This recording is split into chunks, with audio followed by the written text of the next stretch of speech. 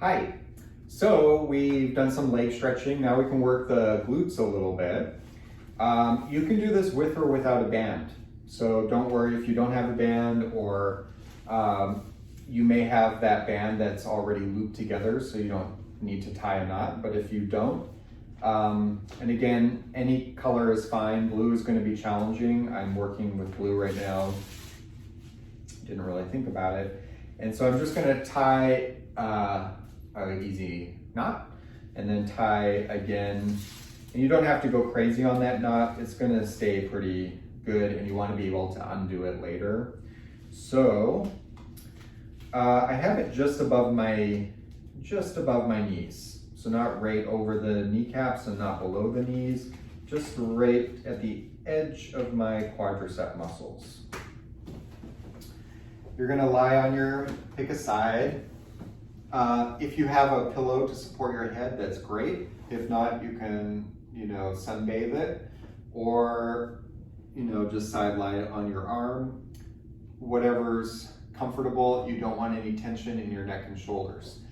Another thing to watch out for is it's easy in side lying with our hip and rib torso structure for us to fall into a collapsing thing where there's no support on the underside of the body, and then this side goes into a deep valley and it's getting like crunched in there, and the other side is kind of in a way overstretching. So just to counteract that, you can do, you might have to press down into your arm, or if you're just on your side, it's really just like a little lift. So see that light through my under me, maybe, I don't know. You just want to try to feel like you're even on both sides. So I don't want to be like overarching this way, but also just in a relaxed collapse position, I'm overarching in this side. So I just want a little support in there, so I'm feeling really balanced and long through the spine. And that's the other thing, anytime we go into side lying, it's really easy to go like into fetal position feeling. You don't want to feel like that. You want to feel long and strong through your torso and balanced on both sides as if you were standing. So from here, the knees are about in chair position. Doesn't matter too much if they're bent in and fine, and don't worry about it. It's approximately like as if you were sitting in a chair that fell over on its side.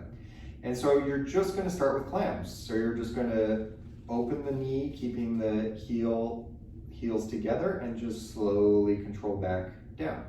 Again, spend time with this. Don't rush through it, because doing things faster doesn't always necessarily mean you're working harder, and it's actually kind of the contrary. So you want to, going slow into it is again contracting that muscle. When you're easing back into it, you're working, the resistance is pulling against you, so you're preventing it from just pulling you down. So you definitely don't want to just collapse down. You want to control it down, because what that's doing is keeping the muscle active as it's lengthening back into its long position.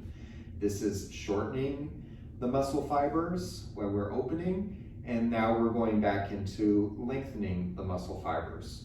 So by slowing that down, we're working into the eccentric contraction, which is where strength really builds. It's in that eccentric contraction. So you can inhale here, and I like to make the eccentric contraction the focus. That's why I like to exhale here. And I can even activate the abdominals a little bit, pulling them in. Inhale as you open, exhale as you close. You're gonna do 8 to 10 of these. You're gonna feel burning happening, especially when you really slow it down. The things you're really watching for is that your pelvis is neutral. So as you open the leg, and especially as it gets to like number 6, 7, 8, 9, 10, the pelvis is going to want to start to roll back to make you feel like you're still getting that range of motion you started out with. But really lock it in place. Don't start rolling your torso around. We're working on torso pelvis stability in this exercise.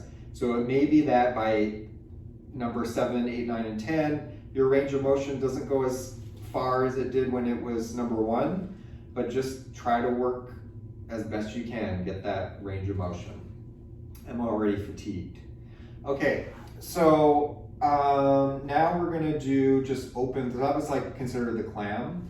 Now we're gonna do the open legs, is keeping your top leg parallel to your bottom leg and just opening it out to the ceiling and then closing it back in. So it's very much like the clam, but now it's not working the piriformis so much.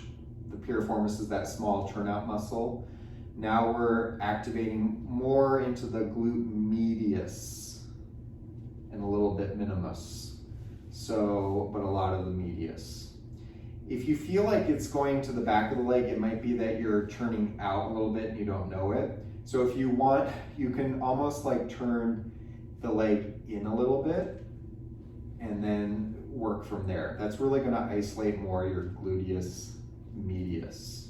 Okay, this is really important for balance and just the structure of our legs and hips, strength in there.